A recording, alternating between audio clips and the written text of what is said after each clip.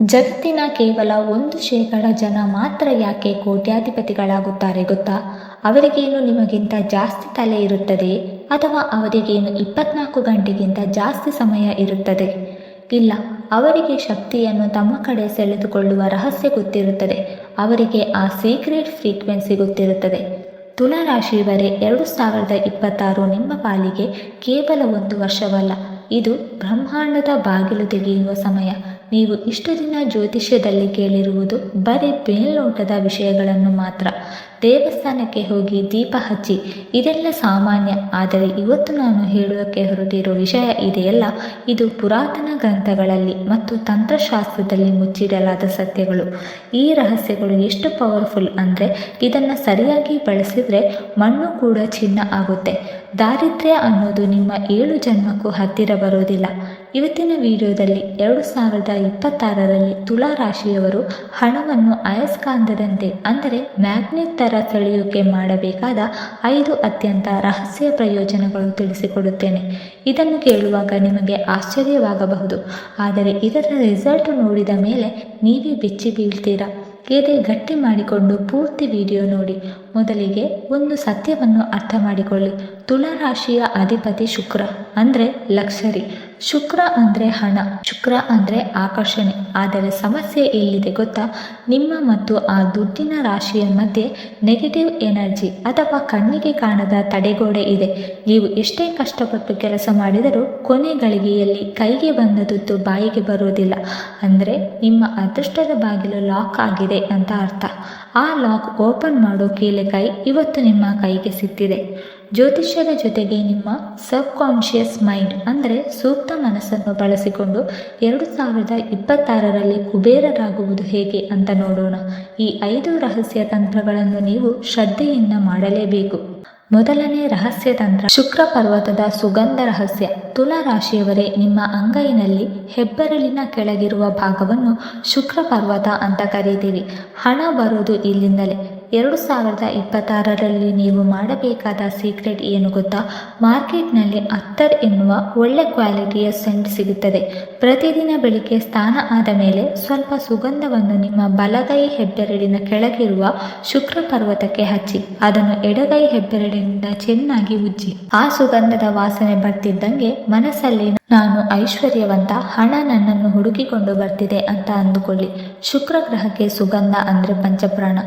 ಯಾರು ತಮ್ಮ ಮೈಯನ್ನು ಅಥವಾ ಅಂಗೈಯನ್ನು ಸುವಾಸನೆಯಿಂದ ಇಟ್ಟುಕೊಳ್ಳುತ್ತಾರೋ ಅಲ್ಲಿ ಲಕ್ಷ್ಮೀ ಪದ್ಮಾಸನ ಹಾಕಿ ಕೂಡುತ್ತಾಳೆ. ಇದು ಬಹಳ ಚಿಕ್ಕದು ಅನಿಸಬಹುದು, ಆದರೆ ಇದರ ಪವರ್ ಅದ್ಭುತ. ಎರಡನೆಯ ರಹಸ್ಯ ತಂತ್ರ, ಲವಂಗ ಮತ್ತು ಕರ್ಪೂರದ ವಿಸ್ಮಯ. ದುಡ್ಡು ಬರ್ತಾ ಇಲ್ಲ, ಬಂದರೂ ನಿಲ್ತಾ ಇಲ್ಲ ಅಂದರೆ ನಿಮ್ಮ ಮನೆಯಲ್ಲಿ ಅಥವಾ ನಿಮ್ಮ ದೇಹದ ಸುತ್ತ ದೃಷ್ಟಿದೋಷ ಅಥವಾ ನೆಗೆಟಿವಿಟಿ ಇದೆ ಅಂತ ಅರ್ಥ.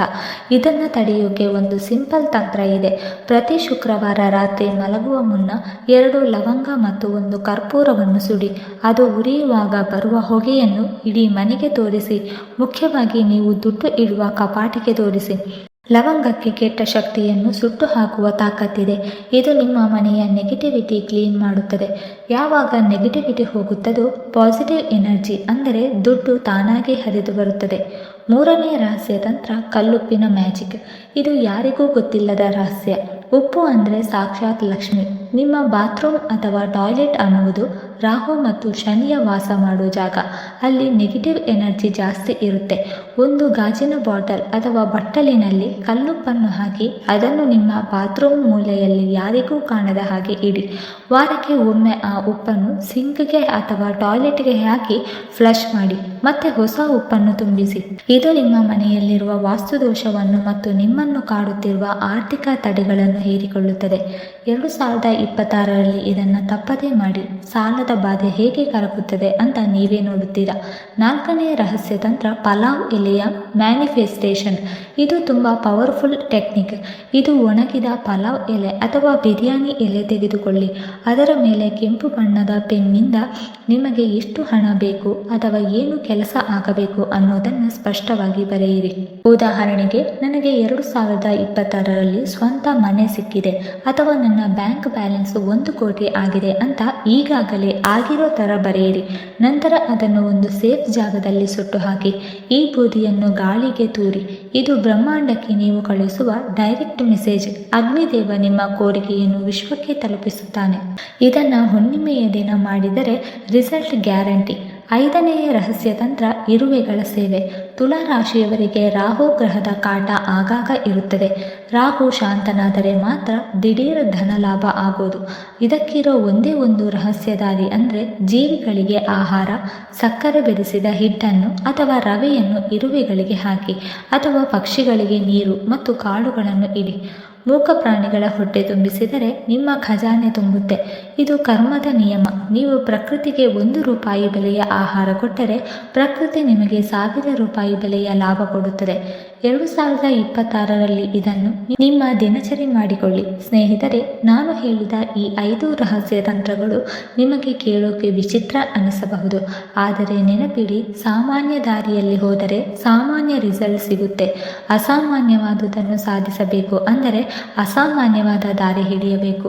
2026ರಲ್ಲಿ ನಿಮ್ಮ ಗ್ರಹಗತಿಗಳು ಅದ್ಭುತವಾಗಿದೆ.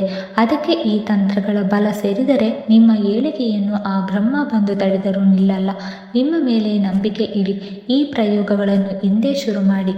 ಬದಲಾವಣೆ ಒಂದೇ ದಿನದಲ್ಲಿ ಆಗುವುದಿಲ್ಲ, ಆದರೆ ಒಂದು ದಿನ ಖಂಡಿತ ಆಗುತ್ತದೆ. ಆ ದಿನ ಹತ್ತಿರದಲ್ಲೇ ಇದೆ. ಈ ರಹಸ್ಯ ಮಾಹಿತಿ ನಿಮಗೆ ಇಷ್ಟವಾದರೆ ಈ ವಿಡಿಯೋಗೆ ಒಂದು ಲೈಕ್ ಕೊಡಿ. ಇದು ಯಾರಿಗೂ ತಿಳಿಯದ ಗುಟ್ಟು. ಈ ಸಮಯದಲ್ಲಿ ಯಾವ ಕ್ಷೇತ್ರದಲ್ಲಿ ಯಶಸ್ಸು ಕಾದಿದೆ ನೋಡೋಣ. ವೃತ್ತಿ ಉದ್ಯೋಗ. ಇಷ್ಟೊಂದು ಕಾಲ ನಿಮ್ಮನ್ನು ಕಡೆಗಣಿಸಿದ್ದ ಮೇಲಾಧಿಕಾರಿಗಳೇ ಈಗ ನಿಮ್ಮನ್ನು ಗುರುತಿಸಲಿದ್ದಾರೆ. ನಿಮ್ಮ ಪ್ರಾಮಾಣಿಕತೆಗೆ ದೊಡ್ಡ ಮಟ್ಟದ ಪ್ರಶಂಸೆ, ನಿರೀಕ್ಷಿತ ಸಂಬಳ ಹೆಚ್ಚಳ ಅಥವಾ ಬೋನಸ್, ನಿರುದ್ಯೋಗಿಗಳಿಗೆ ಬಹುಕಾಲದಿಂದ ಕಾಯುತ್ತಿದ್ದ ಉತ್ತಮ ಉದ್ಯೋಗ, ಸರ್ಕಾರಿ ಕೆಲಸ ಪ್ರಯತ್ನಿಸುತ್ತಿರುವವರಿಗೆ ಸಿಹಿ ಸುದ್ದಿ, ಆರ್ಥಿಕ ಸ್ಥಿತಿ ಮಹತ್ತರ ಚೇತರಿಕೆ, ಅನಿರೀಕ್ಷಿತ ಧನಾಗಮನದ, ಬೇರೆಯವರ ಬಳಿ ನಿಂತಿದ್ದ ಸಾಲ ವಾಪಸ್, ಚೀಟಿ ಷೇರುಗಳಿಂದ ಲಾಭ, ಪಿತ್ರಾರ್ಜಿತ ಆಸ್ತಿಯಿಂದ ಒಳ್ಳೆಯ ಆದಾಯ, ಸಾಲದ ಸುಳಿಯಿಂದ ಸಂಪೂರ್ಣ ಮುಕ್ತಿ, ವ್ಯಾಪಾರ ಸುವರ್ಣ ಕಾಲ, ಹೊಸ ಅವಕಾಶಗಳು ನಿಮ್ಮನ್ನು ಹುಡುಕಿಕೊಂಡು ಬರಲಿವೆ.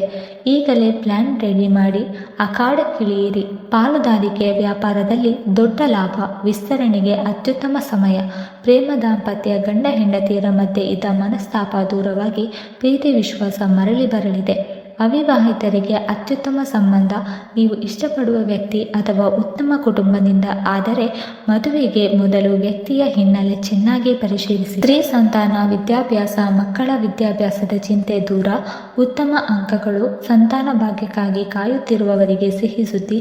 ಕೋರ್ಟ್ ಕಚೇರಿ, ವರ್ಷಗಳಿಂದ ನ್ಯಾಯಕ್ಕಾಗಿ ಕಲಿಯುತ್ತಿದ್ದ ಪ್ರಕರಣಗಳಲ್ಲಿ ತೀರ್ಪು ನಿಮ್ಮ ಪರವಾಗಿ. ಆಸ್ತಿ ವಿವಾದಗಳು ಸೌಹಾರ್ದಯುತವಾಗಿ ಬಗೆಹರಿಯಲಿವೆ. ಆದರೆ ಜೀವನ ಹೂವಿನ ಹಾದಿ ಮಾತ್ರವಲ್ಲ. ದೊಡ್ಡ ಯಶಸ್ಸು ಬಂದಾಗ ದೊಡ್ಡ ಸವಾಲು ಬರುತ್ತದೆ. ಈ ಯಶಸ್ಸಿನ ಪಯಣದಲ್ಲಿ ನಿಮ್ಮನ್ನು ಕಾಡಬಹುದಾದ ಒಂದೇ ಒಂದು ದೊಡ್ಡ ಸಮಸ್ಯೆ ವಿಶ್ವಾಸ ದ್ರೋಹ ಮತ್ತು ಆರ್ಥಿಕ ಮೋಸ.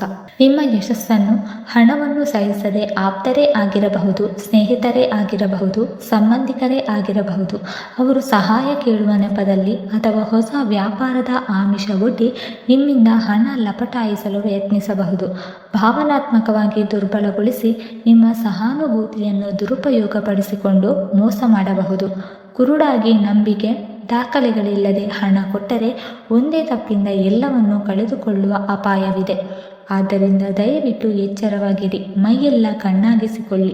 ಸ್ನೇಹಿತರೆ, ಈ ಮಾಹಿತಿ ಇಷ್ಟವಾಗಿದ್ದರೆ ಚಾನಲನ್ನು ಲೈಕ್ ಮಾಡಿ, ಶೇರ್ ಮಾಡಿ ಮತ್ತು ಕಮೆಂಟ್ ಮಾಡಿ. ಹಾಗೆ ಮುಂದಿನ ವಿಡಿಯೋಸ್ಗಳಿಗಾಗಿ ನಮ್ಮ ಚಾನಲನ್ನು ಸಬ್ಸ್ಕ್ರೈಬ್ ಮಾಡಿಕೊಳ್ಳಿ. ಧನ್ಯವಾದಗಳು.